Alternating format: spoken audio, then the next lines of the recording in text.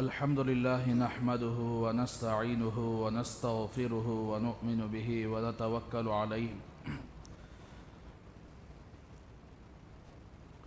ونعوذ بالله من شرور أنفسنا ومن سيئات أعمالنا من يهده الله فلا مضل له ومن يضلل فلا هادي له ونشهد أن لا إله إلا الله وحده لا شريك له ونشهد أن سيدنا محمدا عبده ورسوله أما بعد فأعوذ بالله من الشيطان الرجيم بسم الله الرحمن الرحيم شهر رمضان الذي أنزل فيه القرآن هدى للناس وبينات من الهدى والفرقان فمن شهد منكم الشهر فليصم ومن كان مريضا أو على سفر فعدة من أيام أخر يريد الله بكم اليسر ولا يريد بكم العسر ولتكملوا العدة ولتكبروا الله على ما هداكم ولعلكم تشكرون صدق الله العظيم اللهم صل على سيدنا محمد وعلى آل سيدنا محمد وبارك وسلم اللهم صل على سيدنا محمد وعلى آل سيدنا محمد وبارك وسلم اللهم صل على سيدنا محمد وعلى آل سيدنا محمد وبارك وسلم رب اشرح لي صدري ويسر لي أمري واحلل عقدة من لساني يفقهوا قولي محترم بھائیوں، ہم لوگ شعبان المعظم کے مہینے کے آخر میں ہیں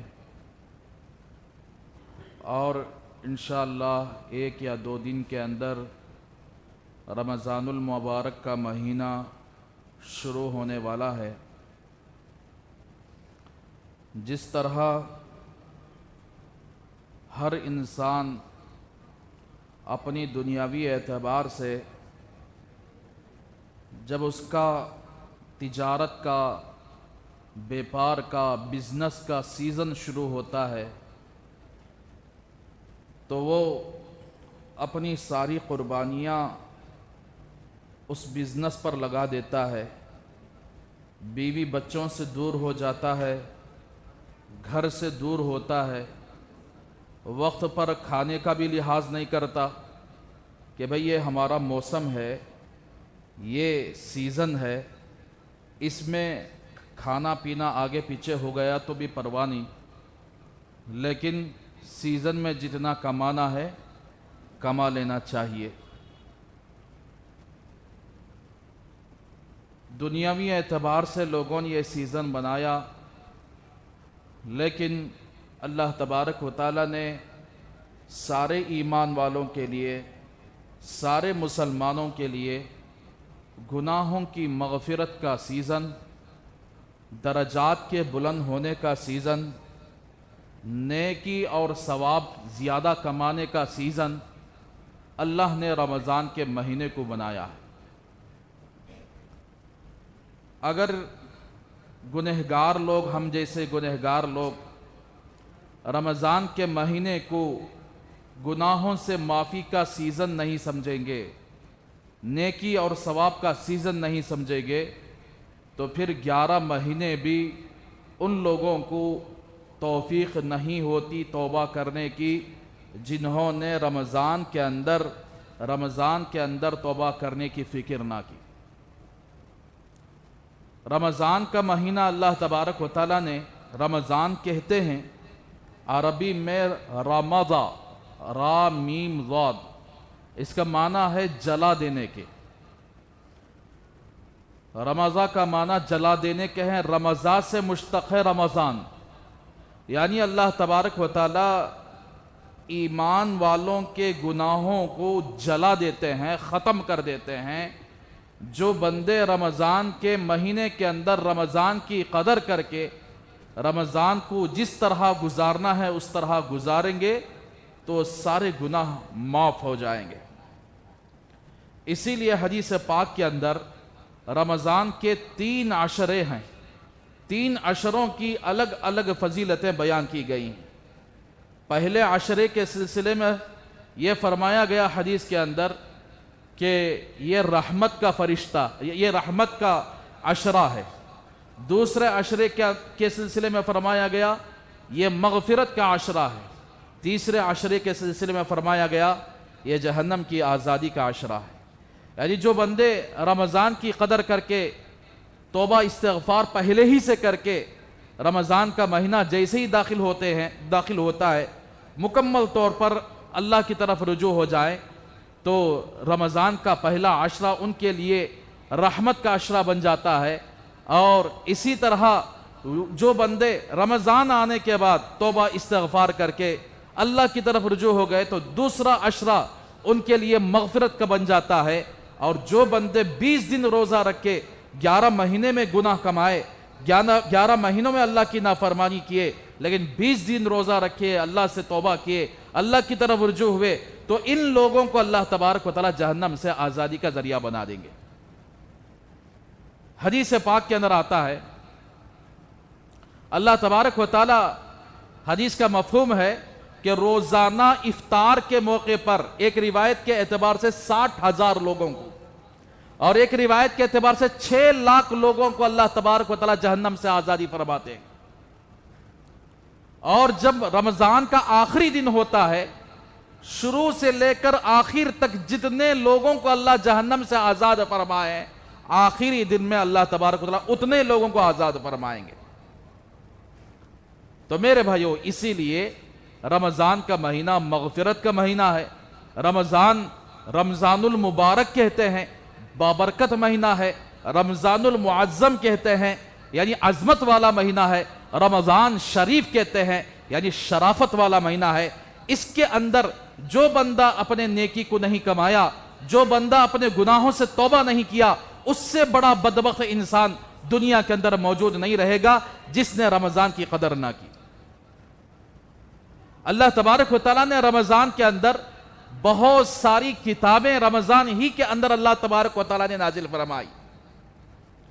حضرت ابراہیم علیہ السلام کے صحیفے رمضان کی پہلی تاریخ کو اللہ نے نازل فرمایا، اور اسی طرح تورات کو اللہ تبارک و تعالیٰ نے رمضان کی 6 تاریخ کو نازل فرمایا حضرت موسیٰ علیہ السلام پر، اور انجیل کو اللہ تبارک و تعالیٰ یعنی رمضان کی 13ویں تاریخ کو حضرت عیسیٰ علیہ السلام پر نازل فرمایا، اور زبور جو حضرت داؤد علیہ السلام پر اللہ نے نازل فرمایا وہ رمضان کی 18ویں تاریخ کو اللہ نے نازل فرمایا۔ اور قرآن مجید کے سلسلے میں مختلف اقوال کے مطابق 24 تاریخ کے بعد اللہ تبارک و تعالیٰ نے یعنی شب قدر کے اندر اللہ تبارک و تعالیٰ قرآن مجید کو نازل فرمایا۔ سورۃ القدر میں اللہ نے فرمایا انا انزلناہ فی لیلۃ القدر، ہم نے قرآن مجید کو لیلۃ القدر میں نازل فرمایا۔ یہاں فرماتے ہیں شہر رمضان الذی انزل فیہ القرآن ھدی للناس وبینات من الھدی والفرقان فمن شہد منکم الشہر فلیصم۔ رمضان کا مہینہ وہ مہینہ ہے جس میں اللہ نے قرآن پاک کو نازل فرمایا۔ ھدی للناس، وہ قرآن ہے لوگوں کے لیے ہدایت کا ذریعہ۔ تو میرے بھائیو، ان آیتوں سے اللہ تبارک و تعالیٰ نے رمضان کی خصوصیت کو بیان فرمایا کہ رمضان کا تعلق یعنی اکثر جو کتابیں اللہ نے نبیوں پر نازل فرمائے ہیں، بڑی بڑی کتابیں 4 ہیں، تورات، زبور، انجیل، قرآن مجید، ان تمام کتابوں کو اللہ تبارک و تعالیٰ نے رمضان ہی کے اندر نازل فرمایا۔ تو اس کا مطلب یہی ہے کہ رمضان کا تعلق ان کتابوں سے ہے، تو رمضان کی کتنی بڑی قدر ہوگی اللہ کی نگاہ میں۔ تو اسی لیے اللہ تبارک و تعالیٰ نے رمضان کے 30 روزوں کو فرض فرمایا۔ یا ایھا الذین آمنوا کتب علیکم الصیام کما کتب علی الذین من قبلکم لعلکم تتقون، اے ایمان والو تم پر روزے فرض کیے گئے جیسا کہ تم سے پہلے لوگوں پر روزے فرض کیے گئے تھے۔ روزے فرض کرنے کا مقصد یہ ہے کہ تم متقی بن جاؤ، پرہیزگار بن جاؤ۔ نبی کریم صلی اللہ علیہ وسلم کے دنیا میں آنے سے پہلے لوگوں پر جو روزہ فرض تھا وہ عاشورہ کا روزہ فرض تھا، یعنی محرم الحرام کی 10ویں تاریخ کا روزہ لوگوں پر رکھنا فرض تھا۔ جب اللہ کے رسول صلی اللہ علیہ وسلم دنیا میں تشریف لائے تو اللہ نے رمضان کا مہینے کو فرض فرمایا، اور عاشورے کے جو 10ویں تاریخ کا روزہ ہے اللہ نے اسے سنت قرار دیا، یعنی اسے فرض کے درجے سے ہٹا دیا۔ اسی لیے کہتے ہیں کہ رمضان کی راتیں بڑی بابرکت ہیں، رمضان کا ہر وقت ہر گھڑی بڑی بابرکت چیز ہے۔ اسی رمضان کے مہینے میں اللہ کا وعدہ ہے کہ دعاؤں کو قبول کیا جائے گا، دعائیں قبول کی جائیں گی۔ اسی رمضان کے مہینے کے اندر جو بندہ جو حاجات جو ضرورت اللہ کے سامنے مانگتا ہے اللہ کا وعدہ ہے کہ اس کی ضرورت کو پوری کی جائے گی۔ حدیث پاک کے اندر آتا ہے روزانہ اعلان ہوتا ہے کہ ہے کوئی مانگنے والا کہ مانگے، یعنی رمضان کے مہینے کے اندر روزانہ اعلان ہوتا ہے کوئی مانگنے والا مانگو میں اس کو عطا کروں گا، ہے کوئی مغفرت مانگنے والا مانگو اس کی مغفرت کر دی جائے گی، ہے کوئی حاجت پوچھنے والا، اپنی مشکلات کا سوال کرنے والا، اپنی روزی کا سوال کرنے والا، اپنی تمام ضروریات کا سوال کرنے والا، روزانہ اعلان ہوتا ہے۔ اگر بندے یعنی اس وقت کو، رات کے وقت کو، سحری کے وقت کو، افطار کے وقت کو اور رمضان کے دن کے اندر بندے غفلت سے گزار دیے تو وہ رمضان ان کے لیے مغفرت نہیں بلکہ جہنم میں جانے کا ذریعہ بن جائے گا۔ کیسے؟ جیسے کہ فضائل اعمال کے اندر حضرت شیخ زکریا رحمۃ اللہ علیہ نے ایک لمبی حدیث ذکر فرمائی۔ ایک مرتبہ اللہ کے رسول صلی اللہ علیہ وسلم خطبہ دینے کے لیے منبر پر چڑھنے لگے تو پہلی سیڑھی پر قدم رکھا تو آمین کہا، دوسری سیڑھی پر قدم رکھا تو آمین کہا، اور تیسری سیڑھی پر قدم رکھا تو آمین کہا، اور خطبہ دیا۔ خطبے کے بعد یعنی صحابہ کا یعنی پوچھنا تھا کہ اللہ کے نبی نے آج ایک ایسا عجیب عمل کیا ہے، ہم نے زندگی میں ایسا عمل کبھی نہیں دیکھا۔ تو اللہ کے رسول صلی اللہ علیہ وسلم سے صحابہ نے سوال کر لیا کہ یا رسول اللہ آپ نے آج بڑا عجیب عمل کیا ہے کہ آپ تینوں سیڑھیوں پر یعنی آمین کہا ہے، وجہ کیا ہے اس کی؟ تو آپ صلی اللہ علیہ وسلم نے ارشاد فرمایا کہ ابھی میں ممبر پر چڑھنے سے پہلے میرے پاس حضرت جبرائیل علیہ السلام آئے اور 3 بد دعائیں کیے ہیں۔ میرے بھائیوں 3 بد دعائیں کیے ہیں۔ پہلی بد دعا یہ ہے کہ جس کے سامنے اس کے بوڑھے ماں باپ ہوں اور وہ بوڑھے ماں باپ کی خدمت کر کے اپنے اللہ کو راضی نہیں کیا، جنت میں جانے کا راستہ نہیں بنایا، تو ایسی اولاد ہلاک ہو جاؤ، برباد ہو جائیو۔ بدعا دینے والے حضرت جبرائیل علیہ السلام ہیں۔ ماں باپ کو لوگوں نے پایا اپنی زندگی کے اندر، ماں باپ کی خدمت نہیں کی، ماں باپ کو ستایا، رلایا، ماں باپ کے ساتھ احسان نہیں کیا، شادیوں کے بعد ماں باپ کو گھر سے نکال دیا اور ان کو خرچ کے لیے نہ پیسہ دیا، نہ ان کی بڑھاپے کی حالت میں ان کی خدمت کی، بلکہ وہ ہمیشہ اپنی ماں باپ کی بددعا کا ذریعہ بن گئے، ماں باپ کی نافرمانی کا ذریعہ بن گئے، ماں باپ کی ناراضگی کا ذریعہ بن گئے۔ تو حضرت جبرائیل علیہ السلام نے یہ دعا کی کہ ہلاک ہو جاؤ ایسا آدمی جس نے ماں باپ کو پایا لیکن ماں باپ کو راضی کر کے جنت کو حاصل نہیں کیا۔ اسی لیے چاہے جتنا بڑا بیپاری بن جائے، جتنا بڑا دکاندار بن جائے، لیکن ماں باپ کو ستایا، اگرچہ وہ 100 حج کر کے بھی آ جائے، اگرچہ وہ اتنا عبادت گزار بن جائے کہ نہ اس کی تہجد مس ہوتی ہو، نہ اس کی نمازیں مس ہوتی ہوں، لیکن ہمیشہ ماں باپ کا نافرمان رہا ہو، ماں باپ کی بددعائیں لیتا رہا ہو، تو وہ ایسا آدمی چاہے جتنا بھی مشقت کر لے تو اللہ کے نبی صلی اللہ علیہ وسلم نے اس بددعا پر آمین کہا۔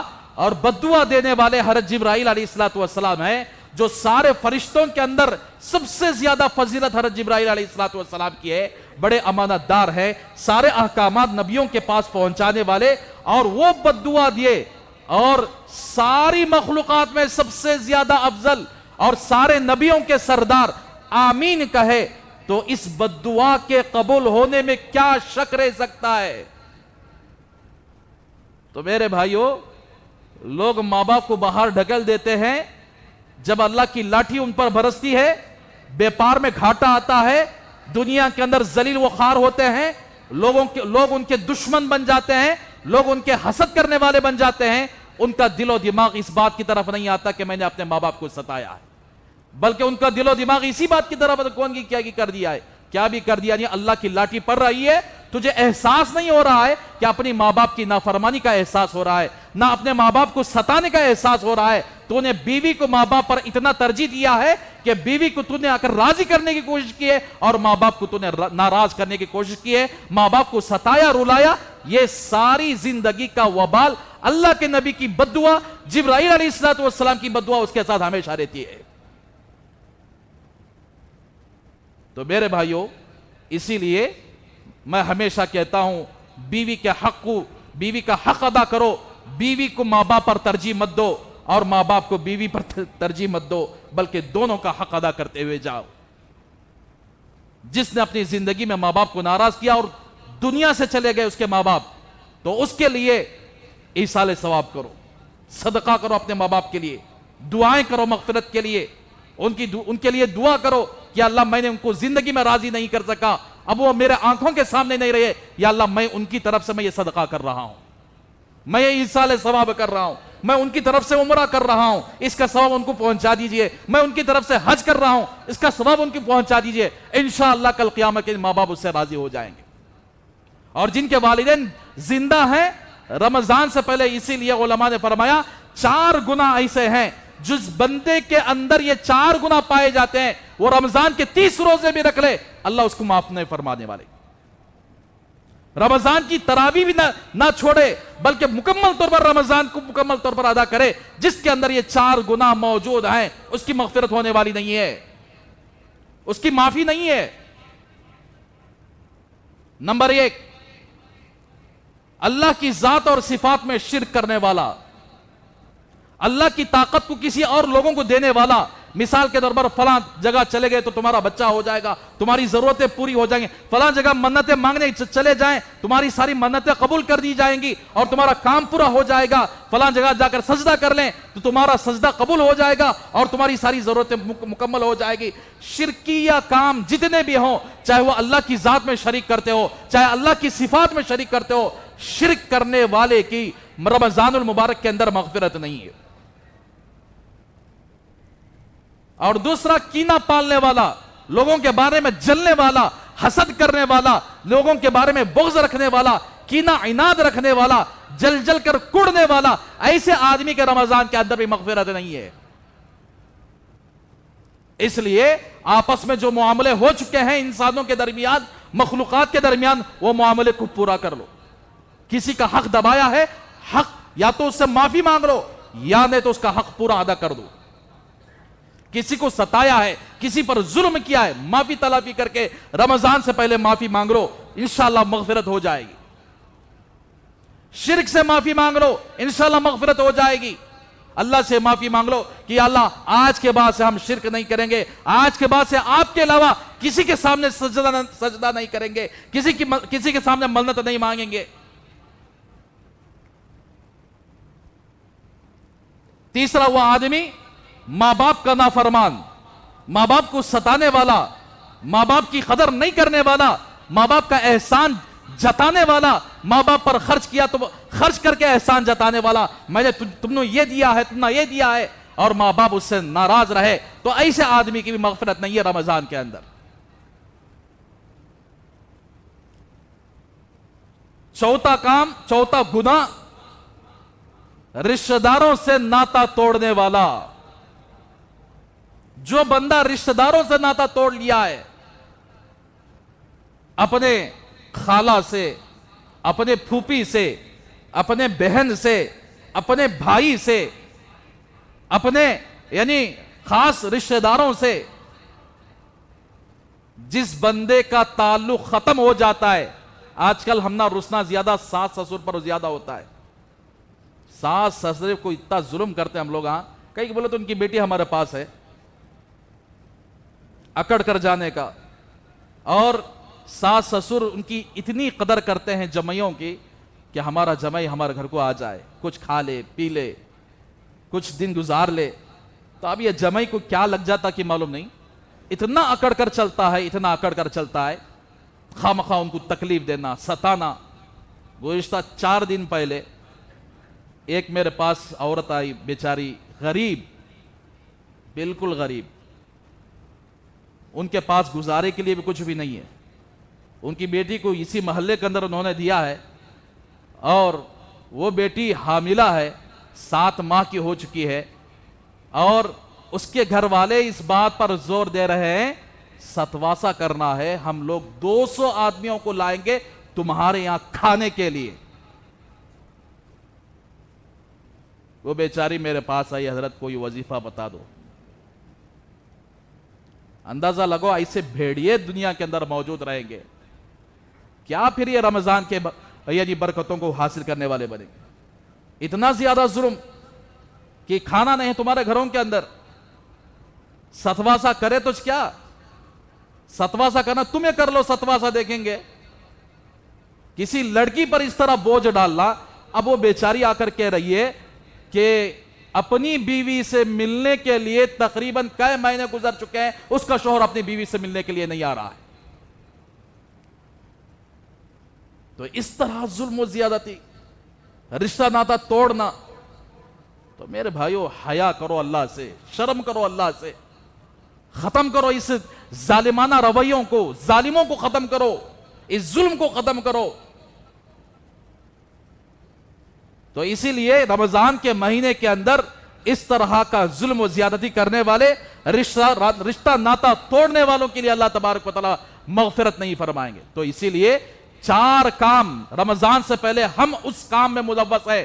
شرک کیے ہیں, معافی مانگ لو اللہ سے. کسی انسان کے بارے میں کینہ رکھے ہوئے جل رہے ہیں, حسد کر رہے ہیں, معافی مانگ لو آپس میں. والدین کی نافرمانی ہوئی ہے, ستائے ہیں, والدین کا ہاتھ پکڑ کر معافی مانگ لو, ان کو راضی کر لو. رشتہ ناتا کسی سے ٹوٹ چکا ہے, آپس میں معافی تلافی کر لو. تو انشاءاللہ رمضان کے اندر اگر وہ روزہ رکھیں گے, تراویح پڑھیں گے, دعائیں مانگیں گے, اللہ سے حاجتیں مانگیں گے, اللہ تبارک و تعالیٰ ان کی حاجتوں کو, ان کی دعاؤں کو قبول کریں گے, ان کی مغفرت بھی فرما دیں گے. تو میرا حال میرے بھائیو, رمضان المبارک کا مہینے کا تعلق قرآن مجید سے زیادہ ہے. اسی لیے اللہ نے قرآن مجید میں فرمایا کہ ہم نے رمضان کے مہینے کے اندر قرآن مجید کو نازل فرمایا ہے. اور قرآن مجید کا تعلق رمضان سے, اور رمضان کا تعلق قرآن مجید سے ایسا ہے جیسے کعبۃ اللہ کا تعلق غلاف کعبہ سے, غلاف کعبہ کا تعلق کعبۃ اللہ سے, جیسے قرآن کا تعلق جزدان سے, جزدان کا تعلق قرآن سے. اس طرح معمولی سا کپڑا نیچے پڑ جائے تو ہم اس کی اتنی قدر نہیں کریں گے. اس کے برخلاف اگر قرآن کا جزدان نیچے گر جائے تو اسے اٹھائیں گے, آنکھوں کو لگائیں گے, چومیں گے, اس لیے کہ اس کا تعلق قرآن سے ہو چکا ہے. کعبۃ اللہ کا غلاف, کعبہ کو لگانے سے پہلے اس کی کوئی اہمیت نہیں, جب کعبے سے لگ گیا تو پھر چھوٹے چھوٹے ٹکڑے کے لیے لوگ ترس دیں گے. اسی طرح قرآن مجید کا تعلق رمضان المبارک کے مہینے سے, رمضان المبارک کا تعلق قرآن مجید کے ساتھ, ان دونوں کا تعلق آپس میں گہرا ہے. اس لیے یعنی رمضان کا مہینہ جب آ جائے تو قرآن کا زیادہ اہتمام کرنا چاہیے. اللہ والوں نے فرمایا, یہاں تک کہ احادیث کے اندر بھی موجود ہے کہ رمضان کے اندر یعنی لا الہ الا اللہ کی کثرت کرنا چاہیے. اٹھتے چلتے پھرتے بیٹھتے لا الہ الا اللہ اپنے زبان پر لگا لینا چاہیے, یعنی ہمیشہ لا الہ الا اللہ کا ورد کرنا چاہیے. اور دوسرا استغفار, چلتے اٹھتے بیٹھتے استغفار کی کثرت ہونی چاہیے. اور تیسرے درود پاک کی کثرت ہو. درود پاک تو بہرحال میرے بھائیو بات لمبی ہو چکی ہے, تو میں جو مقصد یعنی حدیث پاک کا یعنی ذکر کیا کہ سب سے پہلی سیڑھی پر آپ صلی اللہ علیہ وسلم نے جو قدم رکھا تو حضرت جبرائیل نے بددعا دی کہ برباد ہو جاؤ, ہلاک ہو جاؤ وہ شخص جس نے اپنے والدین کو پایا اور اس کی مغفرت نہ ہوئی ہو, وہ ماں باپ کو راضی کر کے جنت نہ پا لیا ہو, ایسا آدمی ہلاک اور برباد ہو جائے. دوسری سیڑھی پر قدم رکھا تو آمین کہا تو حضرت جبرائیل علیہ السلام نے یہ بددعا دی, ہلاک ہو جاؤ وہ آدمی, برباد ہو جائے وہ آدمی جس کے سامنے میرا مبارک نام ذکر کیا جائے اور وہ مجھ پر درود نہ پڑھے. انگوٹھوں کو چومنا نہیں ہے، درود پڑھنا ہے. انگوٹھوں کو چومنے سے درود کا حق ادا نہیں ہوتا. تو دوسری بددعا یہ ہے کہ ہلاک ہو جائے وہ آدمی، برباد ہو جائے وہ آدمی جس کے سامنے میرا مبارک نام ذکر کیا جائے اور اس نے مجھ پر درود نہ پڑھا. تو اس لیے فقہا نے فرمایا مجلس میں اللہ کے رسول صلی اللہ علیہ وسلم کا نام آ جائے تو ایک مرتبہ درود پڑھنا واجب ہے، اور ہر مرتبہ درود پڑھنا افضل اور سنت افضل ہے، مستحب ہے. تو بہرحال دوسری بددعا یہ ہوئی. اسی لیے رسول اللہ صلی اللہ علیہ وسلم کے احسانات ہم پر بہت زیادہ ہے. رسول اللہ صلی اللہ علیہ وسلم نے اس امت کے لیے بہت تڑپا ہے، بہت روئے. امت کی یعنی نجات کے لیے اللہ سے بہت دعائیں مانگے. تو امت کا حق یہ بنتا ہے کہ روزانہ اللہ کے رسول صلی اللہ علیہ وسلم پر درود پاک کثرت سے پڑھنا چاہیے. تیسری بددعا حضرت جبرائیل علیہ السلام نے یہ دی ہے کہ ہلاک ہو جاؤ وہ آدمی، برباد ہو جاؤ وہ آدمی جس نے رمضان کا مہینہ پا لیا اور رمضان میں اللہ کو راضی نہیں کیا. رمضان بھی آیا لیکن اللہ نے اس کی مغفرت نہیں فرمائی. ایسا آدمی ہلاک ہو جاؤ، برباد ہو جاؤ. اب رمضان آتا ہے، ماشاءاللہ شروع دنوں میں تو مسجدوں کے اندر پیر رکھنے کے بھی یعنی راستہ نہیں ہوتا، پیر رکھنے کی بھی جگہ نہیں ہوتی.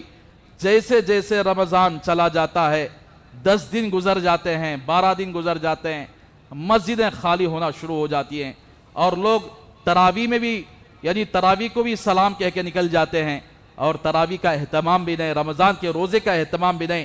آج کل کی بوڑھیاں نے آ کر کیا ہے ایسا رواج بنا کے رکھ دیا ہے رمضان کے اندر بھی جمعرات کو بھی پیر کو روزہ رکھ لو بس، باقی نہیں. گرمی کا موسم ہے، آیا ہے، کئی کرے باپ پورے روزے رکھتا، خالی جمعہ کو ایک دن روزہ رکھ لے، جمعرات کو ایک دن روزہ رکھ لے. میرے بھائیو 30 دن اللہ نے فرض فرمائے، صرف جمعرات اور جمعہ نہیں. اور بعض لوگ تو یعنی ہفتے میں ایک دن رکھ لیتے، ایک دن روزہ رکھے تو بس، کیا بولو تو گرمی میں رہ نہیں سکتے.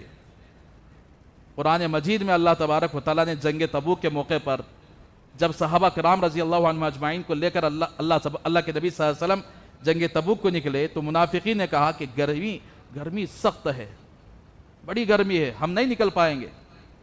تو اس وقت اللہ نے قرآن مجید میں فرمایا قُلْ نَارُ جَهَنَّمَ أَشَدُّ حَرًّا، جہنم کی آگ اس سے زیادہ خطرناک، اس سے زیادہ سختی ہے جہنم کی آگ میں. تو اس لیے اپریل کے مہینے میں رمضان آ رہا ہے اور گرمی کی سخت شدت ہوگی. اب ایسے وقت میں ایمان کا امتحان ہے. جس کے پاس ایمان مضبوط رہے گا نہ یہ گرمی کو دیکھے گا نہ اپنے بیپار کو دیکھے گا، وہ یہی سوچے گا میں رمضان کے روزے رکھوں گا، میں تراویح کی نماز پڑھوں گا، میں جیسا چاہے میں اپنے اللہ کو راضی کرنے کی کوشش کروں گا. جس کا ایمان کمزور ہو جائے، ڈگمگا جائے، جس کا ایمان کے اندر تذبذب آ جائے تو ایسا آدمی بس رکھ لیا تو 2 روزے رکھ لیا یا 3 روزے رکھ لیا، ختم. رمضان کے اندر اس کا کوئی تعلق نہیں ہوتا. اور بہت سارے لوگ ایسے ہوتے ہیں ہوٹلوں پر رمضان کے مہینے کے اندر روزے داروں کے سامنے کھانے میں بھی شرماتے نہیں. بہت سارے بیڑی اور سگریٹ پینے والے بازاروں میں چلتے پھرتے بیڑی سگریٹ پیتے رہتے ہیں رمضان کے اندر روزے داروں کا خیال کیے بغیر. تو ایسے لوگ تو بڑے بے شرم ہیں. ایسے لوگوں کی مغفرت نہیں ہے جنہوں نے رمضان کے روزے کو جان بوجھ کر چھوڑ کر ہوٹلوں کے حوالے ہو گئے اور یہاں تک کہ یعنی بازاروں کے اندر کھانا پینا شروع کر دیا. تو ایسے لوگوں کی تو مغفرت نہیں. تو میرے بھائیوں اسی لیے کہتے ہیں صرف 2 آدمی کو رمضان کے روزہ یعنی چھوڑنے کی چھوٹ ہے. ایک ایسا بیمار آدمی کہ اگر اس نے روزہ رکھا اس کی جان ہلاکت میں پڑنے کا اندیشہ ہو.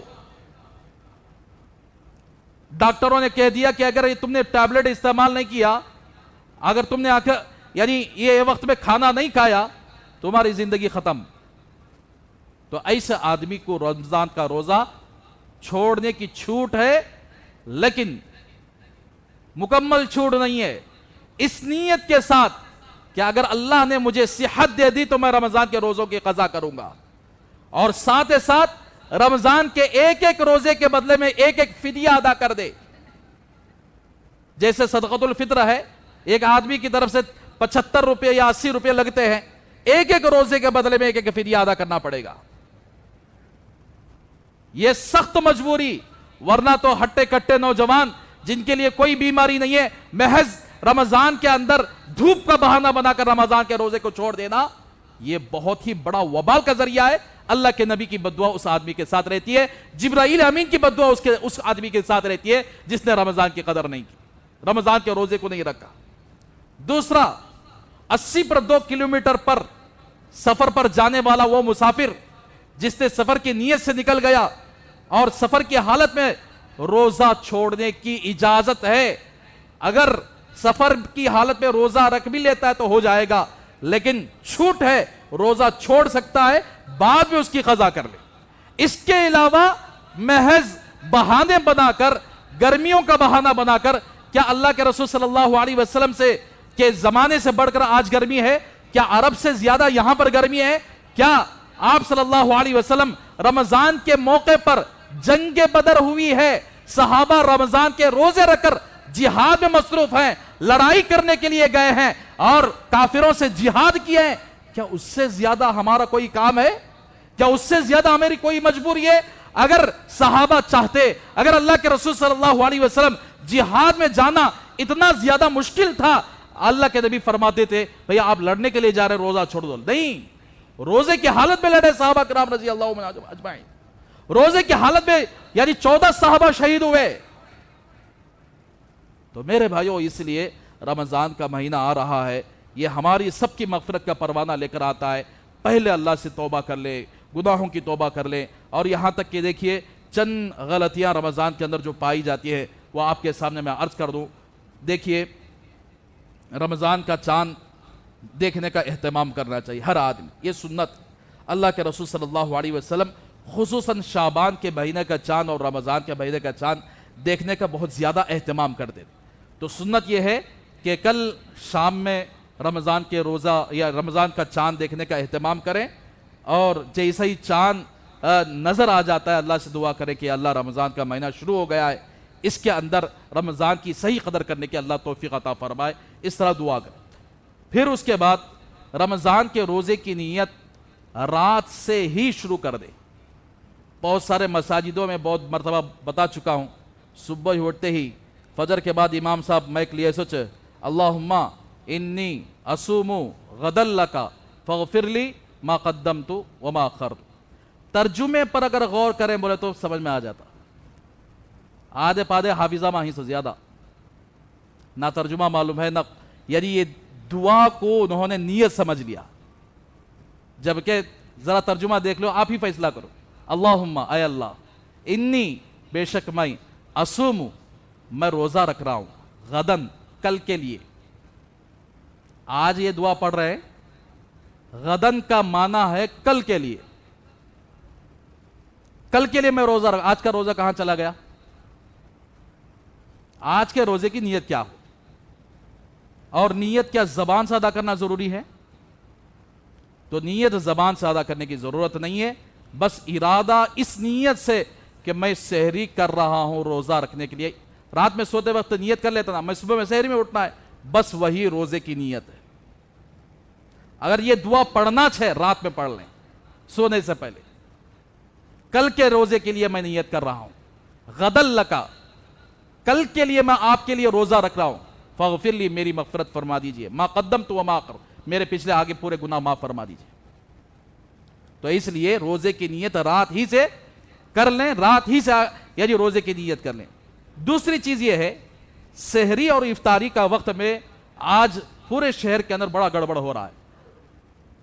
یہ دیکھو آپ کے سامنے ایک کارڈ چھپوایا گیا ہے، یہ آپ جانے سے پہلے کارڈ کو لے کر جائیں۔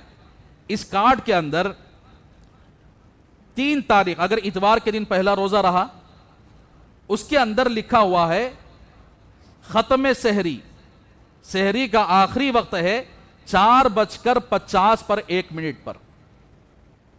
4:50 پر 1 منٹ پر لوگ کیا کرتے ہیں بولے تو اب اس میں بازو میں لکھیے دیکھو اذان فجر کی اذان 5:01 پر فجر کی اذان. اب لوگ کیا کر رہے ہیں بولے تو اس سحری کا وقت مؤذن صاحب لا الہ الا اللہ بولے تک اذان کیا کلمہ لا الہ الا اللہ بولے تک بھی وقت رہتا ہے. جلدی چائے پی لے, جلدی یعنی پانی پی لو, ابھی مؤذن صاحب کی اذان مکمل ہوئی نہیں ہے. نعوذ باللہ من ذالک. اذان کب دی جاتی ہے؟ فجر کا وقت شروع ہو جائے تو اذان دی جاتی ہے. جب فجر کا وقت شروع ہو گیا تو سحری کا وقت ہی نہیں رہا. اب فجر کے وقت میں کھا لیا پی لیا, دن بھر روزہ رکھنے کا یعنی بول لیتا تھا میں روزہ نہیں ہوگا. وَكُلُوا وَاشْرَبُوا حَتَّى يَتَبَيَّنَ لَكُمُ الْخَيْطُ الْأَبْيَضُ مِنَ الْخَيْطِ الْأَسْوَدِ مِنَ الْفَجْرِ ثُمَّ أَتِمُّوا الصِّيَامَ إِلَى اللَّيْلِ. سورہ بقرہ کے اندر اللہ فرما رہے ہیں کھاؤ پیو کب تک؟ جب سفید دھاگا کالے دھاگے سے جدا نہ ہو جائے. سفید دھاگے سے مراد صبح صادق ہے. فجر کا وقت جیسے ہی آ کر شروع ہو جاتا ہے سحری کا وقت ختم ہو جاتا ہے.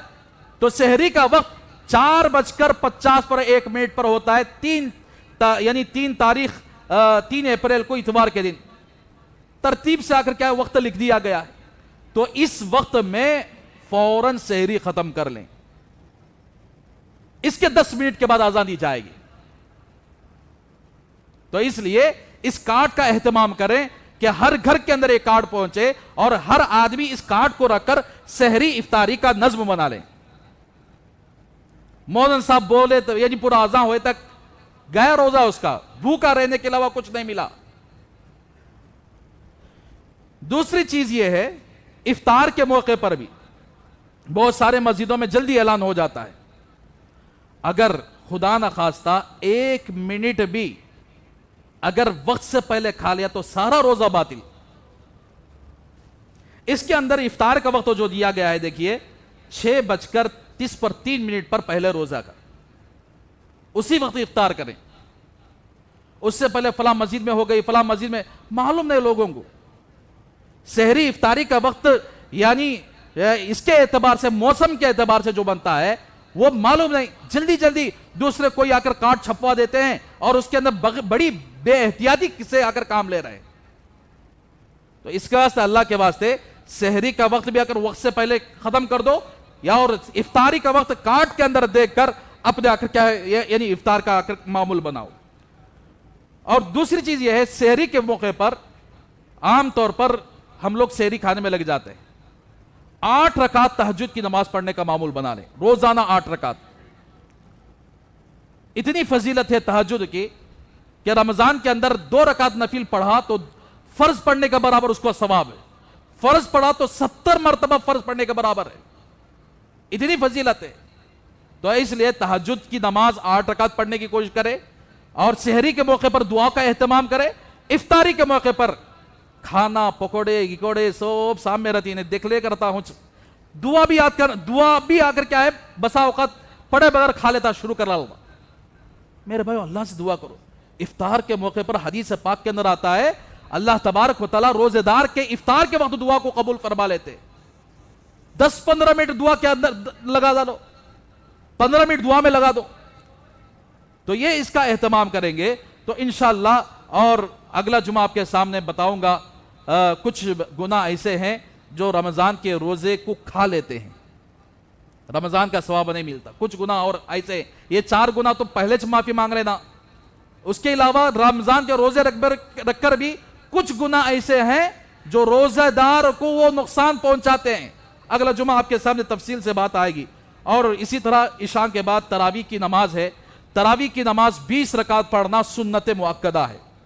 20 رکعت. بہت سارے لوگ 8 رکعت کرو بولتے, نعوذ باللہ من ذالک. اللہ کے نبی صلی اللہ علیہ وسلم نے اپنی زندگی میں یعنی حضرات صحابہ آپ صلی اللہ علیہ وسلم کے پیچھے پڑے ہیں. حضرت عمر رضی اللہ تعالیٰ عنہ, حضرت ابوبکر صدیق رضی اللہ تعالیٰ عنہ, حضرت عثمان, حضرت علی. آج تک مکہ اور مدینے کے اندر جو پڑھی جاتی ہے وہ 20 رکعت نماز ہے. کچھ لوگوں کو اگر کیا بخاری شریف کی وہ حدیث سمجھ میں نہیں آئی بات کہ ایک تابعی حضرت عائشہ سے سوال کر لیے کہ اللہ کے رسول صلی اللہ علیہ وسلم کے نماز کی کیفیت کیا ہے گھر کے اندر کی نماز. تو حضرت عائشہ نے یہی فرمایا تھا کہ رمضان اور رمضان کے علاوہ دنوں میں، رمضان کے علاوہ دنوں میں بھی اللہ کے نبی نے 8 رکعت سے زیادہ نہیں پڑھا، تو اس کا مطلب کیا رمضان کے علاوہ دنوں میں کون سی تراویح پڑھی جاتی ہے؟ تو یہاں جس نماز کے بارے میں پوچھا گیا وہ گھر کے اندر کی نماز ہے، تو گھر کے اندر کی نماز آپ صلی اللہ علیہ وسلم 8 رکعت تہجد پڑھ لیا کرتے تھے، چاہے وہ رمضان ہو چاہے غیر رمضان ہو۔ رمضان کے علاوہ دنوں میں بھی آپ صلی اللہ علیہ وسلم کا معمول تھا 8 رکعت پڑھا کرتے تھے۔ تو اس لیے تراویح کی نماز کے اندر سال میں ایک مرتبہ موقع ملتا ہے، قرآن پاک سننے کا موقع ملتا ہے، تو اس لیے تراویح کی نماز مت چھوڑا کریں۔ اس لیے ہمارے مسجد عمر کے اندر الحمدللہ آپ لوگوں نے گزشتہ بار بھی بہت ساتھ دیا، آپ لوگ بڑی شوق کے ساتھ، بڑی رغبت کے ساتھ الحمدللہ مسجد کو آئے۔ اللہ کے فضل و کرم سے آپ کی اعانت اور آپ کے توجہ سے اللہ نے گزشتہ سال 3 عشرے میں 3 قرآن ختم کرنے کا اللہ نے موقع دیا، تو اس لیے اس کے اندر بہت ساری سہولیات، بہت سارے بیپاری ہوتے ہیں، تاجر ہوتے ہیں، اور بہت سارے دعوت و تبلیغ میں نکلنے والے، اللہ کے راستے میں نکلنے والے، ان کے لیے دیکھیے قرآن کا سننا رمضان کے اندر سنت ہے، پورا قرآن کا سننا، تو اس کے لیے بہت اچھی سہولت ہے پورے شہر کے اندر الحمدللہ۔ اللہ نے ہماری مسجد کے اندر وہ انتظام ہوا ہے، لہٰذا اس سال بھی انشاءاللہ 3 عشرے میں 3 الگ الگ قرآن ختم ہوں گے۔ آپ سب حضرات سے درخواست ہے کہ قرآن کا تعلق ہمارا جس طرح زیادہ ہوگا اتنی برکتیں ہماری زندگی کے اندر بھی ہوں گی، اور آخرت میں بھی قرآن کی برکتیں اللہ تبارک و تعالی ضرور قرآن کو سفارشی بنائیں گے۔ تو لہٰذا تراویح کی نماز ہرگز نہ چھوڑیں۔ بعض لوگ یہاں ایک قرآن سن لیے، بھئی ہمیں بس کر کو تراویح چھوڑنا نہیں، کہیں بھی پڑھ لو تراویح، ایک قرآن سن لیے کہیں بھی پڑھ لے سکتے ہیں، اگر پہلے عشرے کے اندر موقع نہیں ملا دوسرے عشرے کے اندر آ جائے، دوسرے عشرے کے اندر موقع نہیں ملا تیسرے عشرے کے اندر آ جائیں، تو بہرحال ایک قرآن تو ضرور سننا ہے۔ جو لوگ تینوں قرآن سنتے ہیں الحمدللہ وہ تو بہت بڑے اولو العزم لوگ ہیں، بہت بڑے خوش قسمت لوگ ہیں جنہوں نے اپنی قیمتی وقت کو نکال کر قرآن سننے کا معمول بنایا ہے۔ تو لہٰذا اللہ سے دعا کریں کہ اللہ تبارک و تعالی ہم سب کے رمضان کو مغفرت کا ذریعہ بنائے، اللہ تبارک و تعالی ہم سب کے رمضان کو اس کی قدر کر کے تراویح میں مکمل طور پر قرآن سنانے کی اللہ ہم سب کو ہمت اور توفیق عطا فرمائے، اور اللہ ہم سب کو صحت کاملہ عطا فرمائے، اور اللہ ہم سب کو عافیت عطا فرمائے، اللہ ہم سب کے گناہوں کو معاف فرمائے۔ رمضان اللہ تبارک و تعالی ہمارے لیے برکت کا ذریعہ بنا دے۔